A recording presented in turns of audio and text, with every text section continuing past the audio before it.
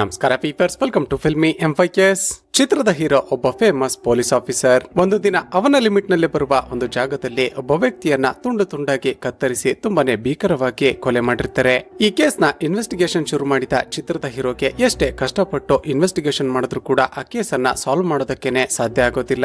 ಇದರ ಮಧ್ಯ ಕಾರಣಾಂತರಗಳಿಂದ ತನ್ನ ಪೊಲೀಸ್ ಕೆಲಸಕ್ಕೆ ರಾಜೀನಾಮೆಯನ್ನು ಕೊಟ್ಟು ಒಂದು ಪ್ರೈವೇಟ್ ಕಂಪನಿಯಲ್ಲಿ ಸೆಕ್ಯೂರಿಟಿ ಗಾರ್ಡ್ ಆಗಿ ಕೆಲಸ ಮಾಡ್ತಿರ್ತಾನೆ. ಹೀಗೆ 5 ವರ್ಷಗಳು ಕಳೆದ ನಂತರ ನೋಡಿದ್ರೆ ಶಾಕಿಂಗ್ಲಿ ಅದೇ ಸೇಮ್ ಪ್ಯಾಟರ್ನ್ ನಲ್ಲಿ ಮತ್ತೆರಡು ಕೊಲೆಗಳು ನಡೆಯುತ್ತವೆ. ಇದನ್ನ ನೋಡಿದ ಚಿತ್ರದ ಹೀರೋ ಆ ಕೊಲೆಗಾರನನ್ನ ಹೇಗಾದ್ರೂ ಮಾಡಿ ಕಂಡುಹಿಡಿಯಬೇಕು ಅಂತ ಮತ್ತೆ ಆ ಕೇಸನ್ನ ಇನ್ವೆಸ್ಟಿಗೇಷನ್ ಮಾಡೋದಕ್ಕೆ ಶುರು ಮಾಡ್ತಾನೆ.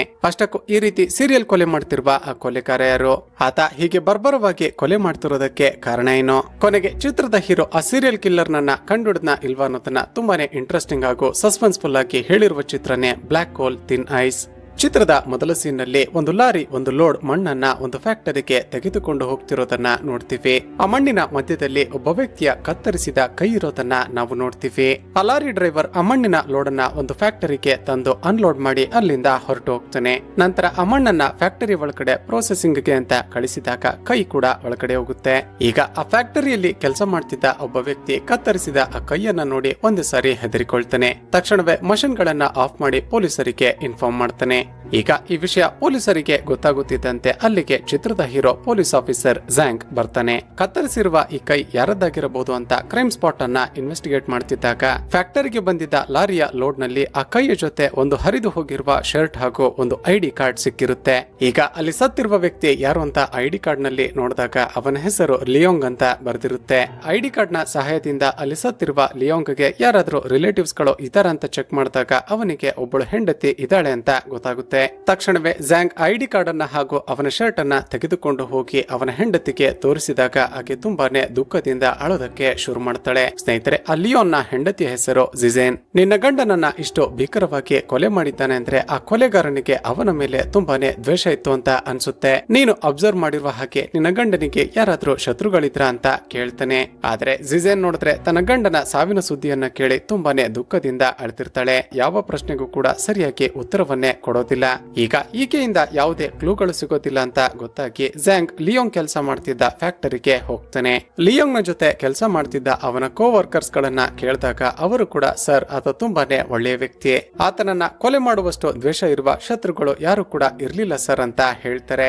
ಈಗ ಝ್ಯಾಂಗ್ ಒಂದು ಐಡಿಯಾ ಮಾಡ್ತಾನೆ. ಲಿಯೋಂಗ್ ನ ಡೆಡ್ ಬಾಡಿಯ ಪಾರ್ಟ್ಸ್ ಗಳು ಯಾವ್ಯಾವ ಕಂಪನಿಗಳಿಗೆ ಹೋಗಿದ್ವೋ ಆ ಕಂಪನಿಗಳಿಗೆ ಲಾರಿಯಲ್ಲಿ ಲೋಡ್ ಅನ್ನ ತೆಗೆದುಕೊಂಡು ಹೋಗಿದ್ದ ಡ್ರೈವರ್ಸ್ ಗಳನ್ನ ಐಡೆಂಟಿಫೈ ಮಾಡಿ ಅದರಲ್ಲಿ ತನಗೆ ಅನುಮಾನ ಬಂದಿರುವ ಇಬ್ಬರನ್ನ ಫಾಲೋ ಮಾಡೋದಕ್ಕೆ ಶುರು ಮಾಡ್ತಾನೆ. ಹೀಗೆ ಫಾಲೋ ಮಾಡ್ತಾ ಹೋದಾಗ ಆ ಇಬ್ಬರು ಲಾರಿ ಡ್ರೈವರ್ ಗಳು ಒಂದು ಸಲೂನ್ ನಲ್ಲಿ ಇದ್ದಾರೆ ಅಂತ ಗೊತ್ತಾಗಿ ತಕ್ಷಣವೇ ತನ್ನ ಟೀಮ್ ಅನ್ನ ಕರೆದುಕೊಂಡು ಅಲ್ಲಿಗೆ ಹೋಗ್ತಾನೆ. ಆದ್ರೆ ತಮ್ಮನ್ನ ಎನ್ಕ್ವೈರಿ ಮಾಡೋದಕ್ಕೆ ಪೊಲೀಸರು ಬಂದಿದ್ದಾರೆ ಅಂತ ಗೊತ್ತಾಗುತ್ತಿದ್ದಂತೆ ಅವರಿಬ್ಬರಲ್ಲಿ ಒಬ್ಬ ತಪ್ಪಿಸಿಕೊಂಡು ಓಡೋದಕ್ಕೆ ಶುರು ಮಾಡ್ತಾನೆ. ತಕ್ಷಣವೇ ಝ್ಯಾಂಗ್ ನ ಟೀಮ್ ಅವರಿಬ್ಬರನ್ನ ಹಿಡಿದು ಸರಿಯಾಗಿ ಹೊಡೆದು ಒಂದು ಕಡೆ ಕೂರಿಸಿ ಎನ್ಕ್ವೈರಿ ಮಾಡೋದಕ್ಕೆ ಶುರು ಮಾಡ್ತಾರೆ. ಆದ್ರೆ ಆ ಇಬ್ಬರು ಡ್ರೈವರ್ ಗಳಲ್ಲಿ ಒಬ್ಬನ ಬಳಿ ಗನ್ ಇರುತ್ತೆ. ತಕ್ಷಣವೇ ಆತ ಆ ಗನ್ ಅನ್ನ ತೆಗೆದುಕೊಂಡು ಝ್ಯಾಂಗ್ ನ ಟೀಮ್ ಅಲ್ಲಿದ್ದ ಇಬ್ಬರು ಪೊಲೀಸರನ್ನ ಶೂಟ್ ಮಾಡಿ ಸಾಯಿಸಿ ಬಿಡ್ತಾನೆ. ತಕ್ಷಣ ತನ್ನ ಬಳಿ ಇದ್ದ ಗನ್ ಇಂದ ಆ ಇಬ್ಬರನ್ನ ಶೂಟ್ ಮಾಡಿ ಸಾಯಿಸಿ ಬಿಡ್ತಾನೆ.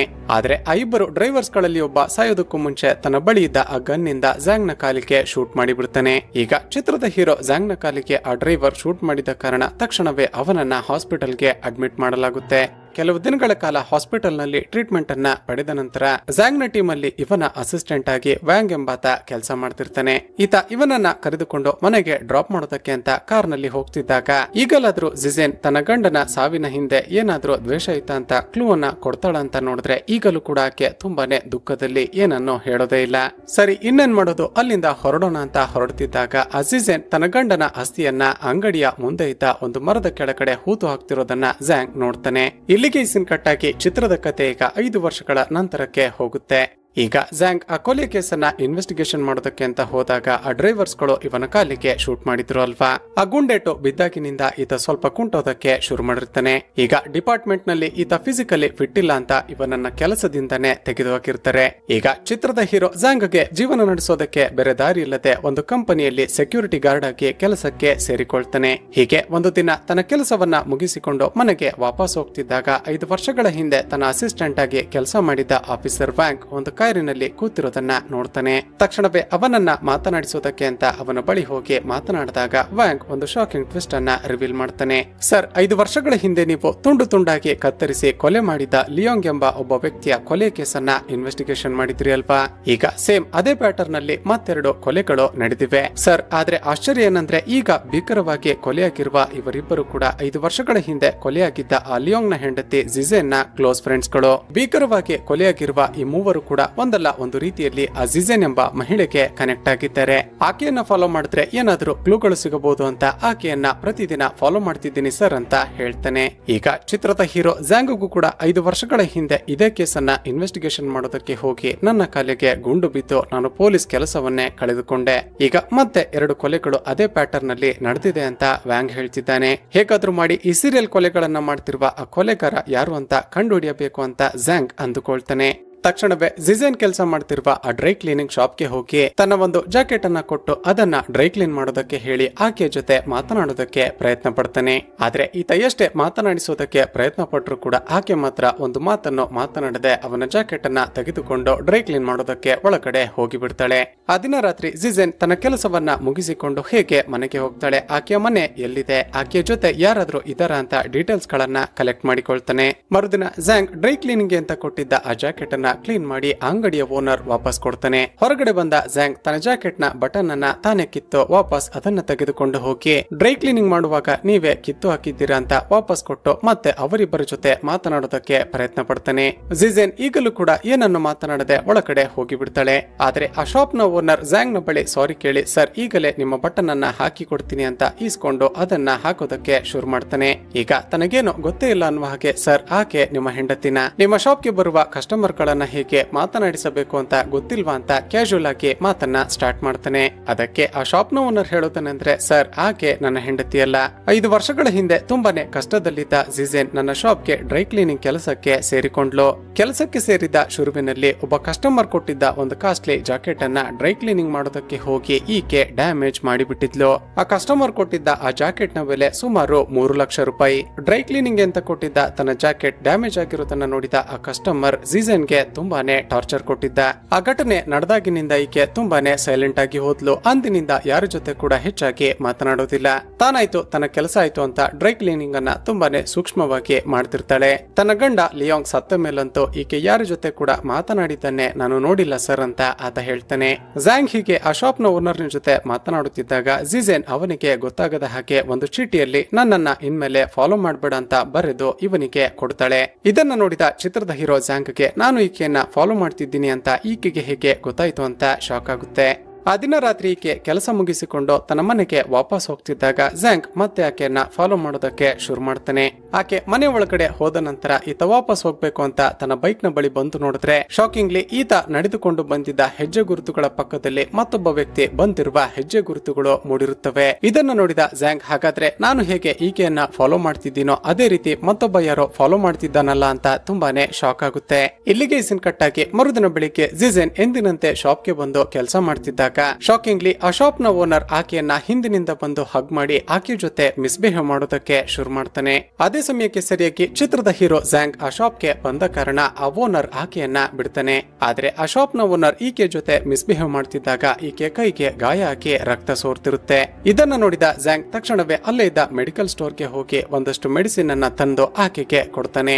ಆ ದಿನ ಸಂಜೆ ಮತ್ತೆ ಈಕೆ ಕೆಲಸ ಮುಗಿಸಿಕೊಂಡು ತನ್ನ ಮನೆಗೆ ಹೋಗ್ತಿದ್ದಾಗ ಝ್ಯಾಂಗ್ ಆಕೆಯನ್ನೇ ಫಾಲೋ ಮಾಡ್ತಾ ಹೋಗ್ತಾನೆ. ಇದನ್ನ ನೋಡಿದ ಜಿಜೆನ್ ಮೊದಲ ಬಾರಿಗೆ ಅವನನ್ನ ಹತ್ತಿರ ಕರೆದು ಸರ್ ನನ್ನನ್ನ ದಯವಿಟ್ಟು ಫಾಲೋ ಮಾಡ್ಬಿಡಿ, ನನ್ನಿಂದ ನಿಮಗೆ ಯಾವುದೇ ಉಪಯೋಗ ಆಗೋದಿಲ್ಲ ಅಂತ ಹೇಳಿ ಟ್ರೈನ್ ಹತ್ತಿ ಅಲ್ಲಿಂದ ಹೊರಟು ಹೋಗ್ತಾಳೆ. ಮತ್ತೊಂದು ಕಡೆ ಆ ಜಿಜೆನ್ ಲನ್ನ ಆಫೀಸರ್ ವ್ಯಾಂಗ್ ಕೂಡ ಫಾಲೋ ಮಾಡ್ತಿರ್ತಾನೆ ಅಲ್ವಾ. ಈ ಝ್ಯಾಂಗ್ ಆಕೆ ಜೊತೆ ಮಾತನಾಡ್ತಿರೋದನ್ನ ಹಾಗೂ ಆಕೆಯನ್ನ ಫಾಲೋ ಮಾಡ್ತಿರೋದನ್ನ ನೋಡಿದ ಆತ ಸರ್ ಆ ದಿನ ಏನೋ 5 ವರ್ಷಗಳ ನಂತರ ನೀವು ಸಿಕ್ಕದ್ರಲ್ಲ ಅಂತ ಕೇಸ್ ನ ಡೀಟೇಲ್ಸ್ ಗಳನ್ನ ಹೇಳಿದ್ರೆ ನೀವು ನೋಡಿದ್ರೆ ಈಕೆಯನ್ನ ಫಾಲೋ ಮಾಡೋದಕ್ಕೆ ಶುರು ಮಾಡಿದ್ದೀರಾ, ನೀವು ಬರೀ ಆಕೆಯನ್ನ ಫಾಲೋ ಮಾಡ್ತಿದ್ದೀರಾ ಇಲ್ಲ ಒಂದು ವೇಳೆ ಆಕೆಯನ್ನೇನಾದ್ರೂ ಲವ್ ಮಾಡ್ತಿದ್ದೀರಾ ಅಂತ ಕೇಳ್ತಾನೆ. ಅದಕ್ಕೆ ಚಿತ್ರದ ಹೀರೋ ನೋಡು ವ್ಯಾಂಗ್ ಆ ರೀತಿ ಏನಿಲ್ಲ, 5 ವರ್ಷಗಳ ಹಿಂದೆ ನನ್ನ ಜೀವನವನ್ನೇ ಬುಡಮೇಲು ಮಾಡಿದ ಈ ಕೇಸನ್ನ ಹೇಗಾದ್ರೂ ಮಾಡಿ ಇನ್ವೆಸ್ಟಿಗೇಷನ್ ಮಾಡಿ ಆ ಕೊಲೆಗಾರನನ್ನ ಕಂಡುಹಿಡಿಯಬೇಕು ಅನ್ನೋದೇ ನನ್ನ ಇಂಟೆನ್ಷನ್ ಅಂತ ಹೇಳ್ತಾನೆ. ಇಲ್ಲಿಗೆ ಈ ಸೀನ್ ಕಟ್ ಆಗಿ ನಂತರದ ಸೀನ್ ನಲ್ಲಿ ನೋಡಿದ್ರೆ ಜಿಜೆನ್ ಸ್ಕೇಟಿಂಗ್ ಮಾಡ್ತಿದ್ದ ಆ ಜಾಗಕ್ಕೆ ಚಿತ್ರದ ಹೀರೋ ಕೂಡ ಹೋಗ್ತಾನೆ. ಹೀಗೆ ಅಲ್ಲಿದ್ದ ಜನರ ಮಧ್ಯ ಸ್ಕೇಟಿಂಗ್ ಮಾಡ್ತಾ ಇದ್ದ ಜಿಜೆನ್ ಇದ್ದಕ್ಕಿದ್ದಂತೆ ಒಬ್ಬಂಟಿಯಾಗಿ ದೂರಕ್ಕೆ ಹೋಗ್ತಾಳೆ. ಆಕೆಯನ್ನೇ ಫಾಲೋ ಮಾಡ್ತಾ ಹೋದ ಚಿತ್ರದ ಹೀರೋ ಝ್ಯಾಂಗ್ ಇದ್ದಕ್ಕಿದ್ದಂತೆ ಆಕೆಯನ್ನ ತಬ್ಬಿಕೊಂಡು ಆಕೆಯ ಜೊತೆ ರೊಮ್ಯಾನ್ಸ್ ಮಾಡೋದಕ್ಕೆ ಶುರು ಮಾಡ್ತಾನೆ. ಸ್ನೇಹಿತರೆ, ಈಗಲೇ ನಮಗೆ ಗೊತ್ತಾಗುತ್ತೆ ಈ ಜಿಜೆನ್ ಕೂಡ ಝ್ಯಾಂಗ್ ನನ್ನ ಇಷ್ಟಪಡ್ತಿದ್ದಾಳೆ ಅಂತ. ಇಲ್ಲಿಗೆ ಸೀನ್ ಕಟ್ ಆಗಿ ಮರುದಿನ ಝ್ಯಾಂಗ್ ಜಿಜೆನ್ಲನ್ನ ಕರೆದುಕೊಂಡು ಮೂವಿಗೆ ಹೋಗೋಣ ಅಂತ ಥಿಯೇಟರ್ಗೆ ಹೋಗ್ತಿದ್ದಾಗ ಅವರಿಬ್ಬರಿಗೆ ಗೊತ್ತಾಗದ ಹಾಗೆ ಅವರು ಹೋಗ್ತಿದ್ದ ಕಾರನ್ನ ವ್ಯಾನ್ ನಲ್ಲಿ ಒಬ್ಬ ವ್ಯಕ್ತಿ ಫಾಲೋ ಮಾಡ್ತಿರೋದನ್ನ ನಾವು ನೋಡ್ತೀವಿ. ಈಗ ಮೂವಿಗೆ ಹೋಗ್ತಿರುವ ಅವರಿಬ್ಬರನ್ನ ಫಾಲೋ ಮಾಡ್ಕೊಂಡು ಹೋಗ್ತಿರುವ ಈ ಸಸ್ಪೆಕ್ಟ್ ನನ್ನ ನೋಡಿದ ವ್ಯಾಂಗ್ ಅವನು ಕೂಡ ಫಾಲೋ ಮಾಡೋದಕ್ಕೆ ಶುರು ಮಾಡ್ತಾನೆ. ಈಗ ಅವರಿಬ್ಬರನ್ನ ಫಾಲೋ ಮಾಡ್ತಾ ಹೋಗ್ತಿದ್ದ ಆ ಸಸ್ಪೆಕ್ಟ್ ನನ್ನ ನೋಡಿದ ವ್ಯಾಂಗ್ಗೆ ಅನುಮಾನ ಬಂದು ತಕ್ಷಣವೇ ಅವನ ಬಳಿ ಹೋಗಿ ಅರೆಸ್ಟ್ ಮಾಡೋದಕ್ಕೆ ಪ್ರಯತ್ನ ಪಡ್ತಾನೆ. ಆಗ ಇದ್ದಕ್ಕಿದ್ದಂತೆ ಹಿಂದೆ ತಿರುಗಿದ ಆ ಸಸ್ಪೆಕ್ಟ್ ತಾನು ಹಾಕಿಕೊಂಡಿದ್ದ ಸ್ಕೇಟಿಂಗ್ ಶೂಸ್ ನಿಂದ ಅವನಿಗೆ ಸರಿಯಾಗಿ ಹೊಡೆದು ಕೊಲೆ ಮಾಡಿ ಅವನ ಡೆಡ್ ಬಾಡಿಯನ್ನ ಅಲ್ಲಿಂದ ಎಳೆದುಕೊಂಡು ಹೊರಟು ಹೋಗ್ತಾನೆ. ಇದಾಗಿ 2-3 ದಿನಗಳು ಕಳೆದರೂ ಕೂಡ ತನ್ನ ಫ್ರೆಂಡ್ ವ್ಯಾಂಗ್ ಪೊಲೀಸ್ ಸ್ಟೇಷನ್ಗೆ ಬರ್ತಿಲ್ಲ ಅಂತ ಹೀರೋಗೆ ಗೊತ್ತಾಗುತ್ತೆ.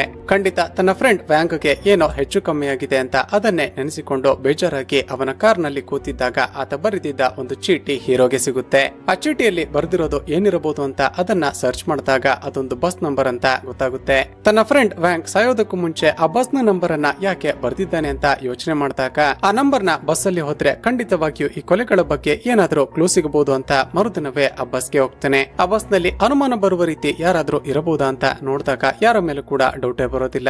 ಆದ್ರೆ ಎಲ್ಲರೂ ಮಾಮೂಲಿ ಶೂಸ್ ಹಾಗೂ ಚಪ್ಪಲಿಗಳನ್ನ ಹಾಕಿಕೊಂಡಿದ್ರೆ ಒಬ್ಬ ಮಾತ್ರ ಸ್ಕೇಟಿಂಗ್ ಶೂಸ್ ಗಳನ್ನ ಹಾಕಿರ್ತಾನೆ. ಆ ವ್ಯಕ್ತಿ ಮೇಲೆ ಅನುಮಾನ ಬಂದು ಆತ ಎಲ್ಲಿಗೆ ಹೋಗ್ತಾನೆ, ಅವನ ಮನೆ ಎಲ್ಲಿದೆ ಅಂತ ಅವನನ್ನೇ ಫಾಲೋ ಮಾಡ್ತಾ ಹೋಗ್ತಾನೆ. ಹೀಗೆ ಮರುದಿನವೂ ಕೂಡ ಅವನನ್ನೇ ಫಾಲೋ ಮಾಡ್ತಾ ಹೋದಾಗ ಆತ ಐಸ್ ಕ್ಯೂಬ್ ಗಳನ್ನ ಡೆಲಿವರಿ ಮಾಡುವ ಒಂದು ಕಂಪನಿಯಲ್ಲಿ ಡ್ರೈವರ್ ಆಗಿ ಕೆಲಸ ಮಾಡ್ತಿದ್ದಾನೆ ಅಂತ ಗೊತ್ತಾಗುತ್ತೆ.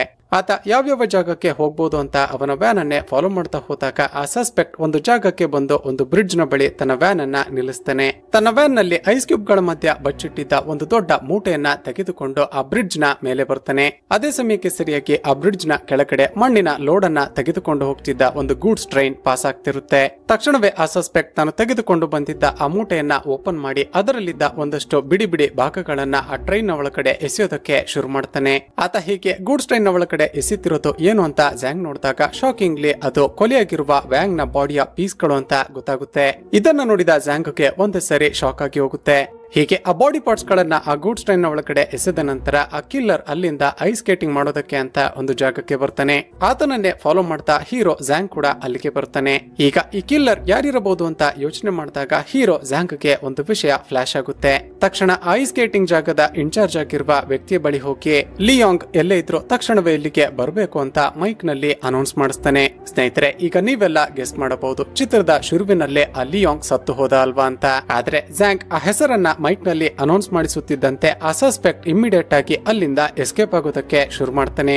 ತಕ್ಷಣವೇ ಹೀರೋ ಝ್ಯಾಂಗ್ ಅವನನ್ನ ಚೇಸ್ ಮಾಡಿ ಹಿಡಿಯೋದಕ್ಕೆ ಪ್ರಯತ್ನ ಪಡ್ತಾನೆ. ಆದ್ರೆ ಮೊದಲೇ ಸ್ಕೇಟಿಂಗ್ ಶೂಸ್ ಅನ್ನ ಹಾಕಿಕೊಂಡಿದ್ದ ಆತ ತುಂಬಾನೇ ವೇಗವಾಗಿ ಅಲ್ಲಿಂದ ಎಸ್ಕೇಪ್ ಆಗಿ ಬಿಡ್ತಾನೆ. ಈಗ ಝ್ಯಾಂಗ್ ಗೆ ಅರ್ಥವಾಗುತ್ತೆ ಜಿಜೆನ್ ನ ಗಂಡ ಲಿಯಾಂಗ್ ಇನ್ನು ಸತ್ತಿಲ್ಲ ಅಂತ. ತಕ್ಷಣ ಅದೇ ರಾತ್ರಿ ಅವಳನ್ನ ಮೀಟ್ ಮಾಡಿ ನಿನ್ನ ಗಂಡ ಇನ್ನು ಕೂಡ ಸತ್ತಿಲ್ಲ ಅಂತ ಗೊತ್ತಾಯ್ತು, ನಡೆದ ನಿಜ ಘಟನೆ ಏನು ಅಂತ ಹೇಳು ಅಂತ ರಿಕ್ವೆಸ್ಟ್ ಮಾಡ್ತಾನೆ. ಸ್ನೇಹಿತರೆ, ಜಿಜೆನ್ ಈಗ ನಡೆದ ನಿಜ ಘಟನೆಯನ್ನ ಅಂದ್ರೆ ಚಿತ್ರದಲ್ಲಿ ಒಂದು ಮೇಜರ್ ಟ್ವಿಸ್ಟ್ ಅನ್ನ ರಿವೀಲ್ ಮಾಡ್ತಾಳೆ. ಹೌದು, ನೀವು ಹೇಳಿದ್ದು ನಿಜಾನೇ, ನನ್ನ ಗಂಡ ಸತ್ತಿಲ್ಲ, ಅವರಿನ್ನೋ ಬದುಕೇ ಇದ್ದಾರೆ. 5 ವರ್ಷಗಳ ಹಿಂದೆ ನನ್ನ ಗಂಡ ಒಂದು ರಾಬರಿಯನ್ನ ಮಾಡೋದಕ್ಕೆ ಅಂತ ಹೋದಾಗ ಅಲ್ಲಿ ಅಚಾನಕ್ ಆಗಿ ಒಬ್ಬ ವ್ಯಕ್ತಿಯನ್ನ ಕೊಲೆ ಮಾಡಿದ್ದ. ಆ ಕೊಲೆಯ ಕೇಸ್ನಿಂದ ಹೇಗಾದ್ರೂ ಮಾಡಿ ತಪ್ಪಿಸಿಕೊಳ್ಳಬೇಕು ಅಂತ ಆ ಡೆಡ್ ಬಾಡಿಯನ್ನ ಡಿಸ್ಪೋಸ್ ಮಾಡೋದಕ್ಕೆ ಅದನ್ನ ತುಂಡು ತುಂಡಾಗಿ ಕತ್ತರಿಸಿ ಒಂದೊಂದು ಬಾಡಿ ಪಾರ್ಟ್ಸ್ ಗಳನ್ನ ಒಂದೊಂದು ಲಾರಿಯಲ್ಲಿ ಬಿಸಾಕಿದ್ದ. ಒಂದು ವೇಳೆ ಆ ಬಾಡಿ ಪಾರ್ಟ್ಸ್ ಗಳು ಪೊಲೀಸರಿಗೆ ಸಿಕ್ಕಿ ಅದನ್ನ ಟೆಸ್ಟ್ ಮಾಡಿದಾಗ ಕೊಲೆಯಾಗಿರೋದು ಯಾರು ಅಂತ ಗೊತ್ತಾಗುತ್ತೆ ಅಲ್ವಾ. ಪೊಲೀಸರನ್ನ ಮಿಸ್ಗೈಡ್ ಮಾಡೋದಕ್ಕೆ ಅಂತ ತಾನು ಹಾಕಿಕೊಂಡಿದ್ದ ಶರ್ಟ್ ಅನ್ನ ಹಾಗೂ ತನ್ನ ಐಡಿ ಕಾರ್ಡ್ ಅನ್ನ ಆ ಲಾರಿಯಲ್ಲಿ ಬಿಸಾಕಿ ಅಲ್ಲಿ ಕೊಲೆಯಾಗಿರೋದು ತಾನೇ ಅಂತ ಎಲ್ಲರೂ ನಂಬುವ ಹಾಗೆ ಮಾಡಿ ಇಷ್ಟು ವರ್ಷಗಳಿಂದ ಆತ ತಲೆಮರೆಸಿಕೊಂಡು ಜೀವನ ಮಾಡ್ತಿದ್ದಾನೆ. ನನ್ನ ಗಂಡ ಬದುಕಿರುವ ವಿಚಾರ ನನ್ನನ್ನ ಬಿಟ್ರೆ ಅವನ ತಂದೆ ತಾಯಿಗೂ ಕೂಡ ಗೊತ್ತಿಲ್ಲ. ಇಷ್ಟು ವರ್ಷಗಳಿಂದ ಆತ ಎಲ್ಲರೂ ಮಲಗಿಕೊಂಡ ಮೇಲೆ ನನ್ನ ಮನೆಗೆ ಬಂದು ಯಾರಿಗೂ ಗೊತ್ತಾಗದ ಹಾಗೆ ವಾಪಸ್ ಹೋಗ್ತಿರ್ತಾನೆ. ನನ್ನ ಗಂಡ ಇನ್ನು ಕೂಡ ಬದುಕಿದ್ದಾನೆ ಅನ್ನುವ ವಿಷಯ ಗೊತ್ತಿಲ್ಲದೆ ನನ್ನನ್ನ ಪ್ರೀತಿ ಮಾಡ್ತೀನಿ ಅಂತ ಹಿಂದೆ ಬೀಳುವ ಅಥವಾ ನನ್ನ ಜೊತೆ ಮಿಸ್ಬಿಹೇವ್ ಮಾಡುವ ವ್ಯಕ್ತಿಗಳನ್ನ ಟಾರ್ಗೆಟ್ ಮಾಡಿ ಕೊಲೆ ಮಾಡ್ತಾ ಬರ್ತಿದ್ದಾನೆ ಅಂತ ಹೇಳ್ತಾಳೆ. ಇದನ್ನ ಕೇಳಿದ ಝ್ಯಾಂಗ್ ಹಾಗಾದ್ರೆ ಇಷ್ಟು ದಿನಗಳಿಂದ ಸೀರಿಯಲ್ ಕೊಲೆಗಳನ್ನ ಮಾಡ್ತಿರೋದು ಇವಳ ಗಂಡನೇ ಅಂತ ಗೊತ್ತಾಗಿ ಅವನನ್ನ ಹಿಡಿಯೋದಕ್ಕೆ ಒಂದು ಟ್ರ್ಯಾಪ್ ಅನ್ನ ಸೆಟ್ ಮಾಡ್ತಾನೆ. ಮರುದಿನ ರಾತ್ರಿ ಲಿಯಾಂಗ್ ತನ್ನ ಹೆಂಡತಿಯನ್ನ ಭೇಟಿ ಮಾಡೋದಕ್ಕೆ ಅಂತ ಬಂದಾಗ ಝ್ಯಾಂಗ್ ಪೊಲೀಸರ ಟೀಮ್ ನ ಜೊತೆ ಹೋಗಿ ಅವನನ್ನ ಅರೆಸ್ಟ್ ಮಾಡೋದಕ್ಕೆ ಅಂತ ಟ್ರೈ ಮಾಡ್ತಾನೆ. ಆದ್ರೆ ಆ ಲಿಯಾಂಗ್ ಪೊಲೀಸರನ್ನ ನೋಡ್ತಿದ್ದಂತೆ ಅವರ ಮೇಲೆನೆ ಫೈರಿಂಗ್ ಮಾಡ್ತಾ ಅಲ್ಲಿಂದ ತಪ್ಪಿಸಿಕೊಂಡು ಹೋಗೋದಕ್ಕೆ ಪ್ರಯತ್ನ ಪಡ್ತಾನೆ. ಈಗ ಬೇರೆ ದಾರಿ ಇಲ್ಲದೆ ಝ್ಯಾಂಗ್ ತನ್ನ ಬಳಿ ಇದ್ದ ಗನ್ ನಿಂದ ಅವನನ್ನ ಶೂಟ್ ಮಾಡಿ ಸಾಯಿಸಿ ಬಿಡ್ತಾನೆ. ಈಗ ತನ್ನ ಗಂಡನನ್ನ ಅರೆಸ್ಟ್ ಮಾಡ್ತೀನಿ ಅಂತ ಬಂದಿದ್ದ ಈ ಝ್ಯಾಂಗ್ ಹಾಗೂ ಪೊಲೀಸರು ಅವನನ್ನ ಸಾಯಿಸಿ ಬಿಟ್ರಲ್ಲ ಅಂತ ಜಿಜೆನ್ ತುಂಬಾನೇ ದುಃಖದಿಂದ ಜೋರಾಗಿ ಅಳೋದಕ್ಕೆ ಶುರು ಮಾಡ್ತಾಳೆ. ಈಗ ಲಿಯಾಂಗ್ ರೀಸೆಂಟ್ ಆಗಿ ಕೊಲೆ ಮಾಡಿದ ವ್ಯಕ್ತಿಗಳು ಯಾರು ಅಂತ ಪೊಲೀಸರಿಗೇನೋ ಗೊತ್ತಾಯ್ತು. ಆದ್ರೆ 5 ವರ್ಷಗಳ ಹಿಂದೆ ಇವಳ ಗಂಡ ಮೊದಲನೇ ಬಾರಿಗೆ ಒಬ್ಬ ವ್ಯಕ್ತಿಯನ್ನ ಕೊಲೆ ಮಾಡಿದ್ದ ಅಲ್ವಾ. ಕೊಲೆಯಾಗಿದ್ದ ಆ ಮೊದಲ ವ್ಯಕ್ತಿ ಯಾರು ಅಂತ ಕಂಡುಹಿಡಿಯೋದಕ್ಕೆ ಇವಳಿಗೆ ಕೊಟ್ಟಿದ್ದ ಆಸ್ತಿ ಎಲ್ಲಿದೆ ಅಂತ ಪೊಲೀಸರು ಕೇಳ್ತಾರೆ. ಆಗ ಜಿಜೆನ್ ಈಗ ಆಸ್ತಿ ನನ್ನ ಬಳಿ ಇಲ್ಲ, ಅದನ್ನ ನಾನು ನದಿಯಲ್ಲಿ ಬಿಟ್ಟು ಬಿಟ್ಟೆ ಅಂತ ಪೊಲೀಸರಿಗೆ ಹೇಳ್ತಾಳೆ. ಇದನ್ನ ಕೇಳಿದ ಝ್ಯಾಂಗ್ಗೆ ಸಡನ್ ಆಗಿ ಒಂದು ವಿಷಯ ಫ್ಲಾಶ್ ಆಗುತ್ತೆ. 5 ವರ್ಷಗಳ ಹಿಂದೆ ಈ ಕೇಸ್ ಅನ್ನ ಇನ್ವೆಸ್ಟಿಗೇಷನ್ ಮಾಡ್ತಿದ್ದಾಗ ವ್ಯಾಂಗ್ ಹಾಗೂ ಝ್ಯಾಂಗ್ ತಮ್ಮ ಕಾರ್ ನಲ್ಲಿ ಹಾಸ್ಪಿಟಲ್ ನಿಂದ ಬರ್ತಿದ್ರು ಅಲ್ವಾ. ಆಗ ಜಿಜೆನ್ ಬಳಿ ಇನ್ವೆಸ್ಟಿಗೇಷನ್ ಮಾಡೋದಕ್ಕೆ ಅಂತ ಹೋದಾಗ ಆಕೆ ಅಸ್ಥಿಯನ್ನ ಮರದ ಕೆಳಗಡೆ ಹೂತು ಹಾಕಿದ್ಲು ಅಲ್ವಾ. ಈಗ ನೋಡಿದ್ರೆ ಪೊಲೀಸರು ಕೇಳಿದ್ರೆ ಅದನ್ನ ನದಿಯಲ್ಲಿ ಬಿಟ್ಟು ಬಿಟ್ಟೆ ಅಂತ ಹೇಳ್ತಿದ್ದಾಳಲ್ಲ, ಹಾಗಾದ್ರೆ ಈಕೆ ಏನನ್ನೋ ಮುಚ್ಚಿಡ್ತಿದ್ದಾಳೆ ಅಂತ ಅವಳ ಮೇಲೆ ಹೀರೋಗೆ ಅನುಮಾನ ಶುರುವಾಗುತ್ತೆ. ತಕ್ಷಣ ಆಕೆ ಕೆಲಸ ಮಾಡ್ತಿದ್ದ ಆ ಶಾಪ್ಗೆ ಹೋಗಿ 5 ವರ್ಷಗಳ ಹಿಂದೆ ಆಕೆ ಒಂದು ಕಾಸ್ಟ್ಲಿ ಕೋಟ್ ಅನ್ನ ಡ್ಯಾಮೇಜ್ ಮಾಡಿದ್ಲು ಅಂತ ಆ ಶಾಪ್ ಓನರ್ ಹೇಳಿದ್ದ ಅಲ್ವಾ. ಆ ಜಾಕೆಟ್ ಅನ್ನ ತೆಗೆದುಕೊಂಡು ನೋಡಿದಾಗ ಅದರ ಪಾಕೆಟ್ ನ ಒಳಗಡೆ ಒಂದು ವಿಸಿಟಿಂಗ್ ಕಾರ್ಡ್ ಇರುತ್ತೆ. ತಕ್ಷಣ ಆ ವಿಸಿಟಿಂಗ್ ಕಾರ್ಡ್ ನಲ್ಲಿದ್ದ ಅಡ್ರೆಸ್ ಅನ್ನ ಹುಡುಕಿಕೊಂಡು ಝ್ಯಾಂಗ್ ಹೊರಡ್ತಾನೆ. ಆ ಕಾರ್ಡ್ ನಲ್ಲಿದ್ದ ಅಡ್ರೆಸ್ ಗೆ ಹೋಗಿ ಅಲ್ಲಿದ್ದ ಮಹಿಳೆಗೆ ತಾನು ತಂದಿದ್ದ ಜಾಕೆಟ್ ಅನ್ನ ತೋರಿಸಿದಾಗ ಅದನ್ನ ನೋಡಿದ ಆ ಮಹಿಳೆ, ಸರ್ ಇದು ನನ್ನ ಗಂಡನ ಜಾಕೆಟ್. 5 ವರ್ಷಗಳ ಹಿಂದೆ ನನ್ನ ಗಂಡನನ್ನ ಹುಡುಕಿಕೊಂಡು ಆಗಾಗ ಒಬ್ಬಳು ಮಹಿಳೆ ಬರ್ತಿದ್ಲು. ಕೆಲವು ದಿನಗಳ ನಂತರವೇ ಗೊತ್ತಾಗಿದ್ದು ಅವರ ಮಧ್ಯ ಇಲ್ಲಿಗಲ್ ಅಫೇರ್ ಇದೆ ಅಂತ. ನನಗೆ ಮೋಸ ಮಾಡಿದ ನನ್ನ ಗಂಡನಿಂದ ಆವತ್ತಿಂದನೇ ನಾನು ದೂರ ಆದೆ. ಆದ್ರೆ ಕೆಲವು ದಿನಗಳ ನಂತರ ನೋಡಿದ್ರೆ ನನ್ನ ಗಂಡ ಕಾಣಿಸುತ್ತಿಲ್ಲ ಅಂತ ಊರಲ್ಲೆಲ್ಲ ಮಾತನಾಡಿಕೊಳ್ತಿದ್ರು. ನನಗೆ ಮೋಸ ಮಾಡಿದ ನನ್ನ ಗಂಡನನ್ನ ಹುಡುಕೋದು ಯಾಕೆ ಅಂತ ನಾನು ಯಾವ ಪೊಲೀಸ್ ಕಂಪ್ಲೇಂಟ್ ಕೂಡ ಕೊಡ್ಲಿಲ್ಲ ಅಂತ ಹೇಳ್ತಾಳೆ. ಆಗ ಝ್ಯಾಂಗ್, ಸರಿ ಆಗಾಗ ನಿನ್ನ ಗಂಡನನ್ನ ಬಂದು ಭೇಟಿ ಮಾಡ್ತಿದ್ದ ಮಹಿಳೆ ಇವಳೇನ ನೋಡಿ ಅಂತ ಜಿಜೆನ್ಲ ಫೋಟೋವನ್ನ ತೋರಿಸ್ತಾನೆ.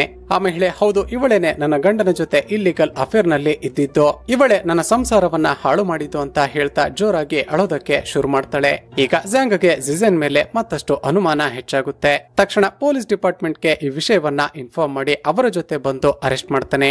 ನಿಜ ಹೇಳು, 5 ವರ್ಷಗಳ ಹಿಂದೆ ನಡೆದ ಆ ಕೊಲೆ ಯಾರದ್ದು? ನಿಮ್ಮ ಶಾಪ್ ನಲ್ಲಿ ಡ್ರೈ ಕ್ಲೀನಿಂಗ್ ಅಂತ ಕೊಟ್ಟಿದ್ದ ಅಷ್ಟೊಂದು ಕಾಸ್ಟ್ಲಿ ಕೋಟ್ ಅನ್ನ ಆ ವ್ಯಕ್ತಿ ಯಾಕೆ ವಾಪಸ್ ತೆಗೆದುಕೊಂಡು ಹೋಗಿಲ್ಲ ಅಂತ ಕೇಳ್ತಾನೆ. ಸ್ನೇಹಿತರೆ, ಈಗ ಜಿಜೆನ್ ಒಂದು ಅನ್ಎಕ್ಸ್ಪೆಕ್ಟೆಡ್ ಹಾಗೂ ಚಿತ್ರದ ಅಲ್ಟಿಮೇಟ್ ಟ್ವಿಸ್ಟ್ ಅನ್ನ ರಿವೀಲ್ ಮಾಡ್ತಾಳೆ. ಒಬ್ಬ ವ್ಯಕ್ತಿ ನಮ್ಮ ಶಾಪ್ಗೆ ಬಂದು ಒಂದು ತುಂಬಾನೇ ಕಾಸ್ಟ್ಲಿ ಆಗಿರುವ ಕೋಟ್ ಅನ್ನ ಡ್ರೈ ಕ್ಲೀನಿಂಗ್ ಮಾಡೋದಕ್ಕೆ ಅಂತ ಕೊಟ್ಟಿದ್ದ. ನಾನು ಆಗ ತಾನೇ ಕೆಲಸಕ್ಕೆ ಹೊಸದಾಗಿ ಸೇರಿದ್ದ ಕಾರಣ ಕ್ಲೀನ್ ಮಾಡೋದಕ್ಕೆ ಅಂತ ಹೋಗಿ ಆ ಕೋಟ್ ಅನ್ನ ಡ್ಯಾಮೇಜ್ ಮಾಡಿಬಿಟ್ಟೆ. ಇದಾದ ನಂತರ ಆ ವ್ಯಕ್ತಿ ನನಗೆ ತುಂಬಾನೇ ಟಾರ್ಚರ್ ಮಾಡೋದಕ್ಕೆ ಶುರು ಮಾಡ್ದ. ನನ್ನ ಕೋಟ್ ಅನ್ನ ನೀನೆ ಡ್ಯಾಮೇಜ್ ಮಾಡಿದ್ಯಾ, ಅದರ ಬದಲಿಗೆ ನನ್ನ ದುಡ್ಡನ್ನ ವಾಪಸ್ ಕೊಡುವಂತ ಹಿಂಸೆ ಮಾಡೋದಕ್ಕೆ ಶುರು ಮಾಡ್ದ. ನನ್ನ ಬಳಿ ಅಷ್ಟೊಂದು ದುಡ್ಡಿಲ್ಲ ಅಂತ ಹೇಳಿದ್ದಕ್ಕೆ ಆ ವ್ಯಕ್ತಿ ನನ್ನ ಜೊತೆ ಇಂಟಿಮೇಟ್ ಆಗುವಂತ ಫೋರ್ಸ್ ಮಾಡ್ದ. ನನ್ನ ಬಳಿ ಕೊಡೋದಕ್ಕೆ ಅಷ್ಟೊಂದು ದುಡ್ಡಿಲ್ಲದ ಕಾರಣ ಬೇರೆ ದಾರಿ ಇಲ್ಲದೆ ಆತ ಕರೆದಾಗಲೆಲ್ಲ ನಾನು ಹೋಗ್ತಿದ್ದೆ. ಆದರೆ ಆತ ಬರ್ತಾ ಬರ್ತಾ ನನಗೆ ತುಂಬಾನೇ ಫಿಸಿಕಲಿ ಟಾರ್ಚರ್ ಮಾಡೋದಕ್ಕೆ ಶುರು ಮಾಡ್ದ.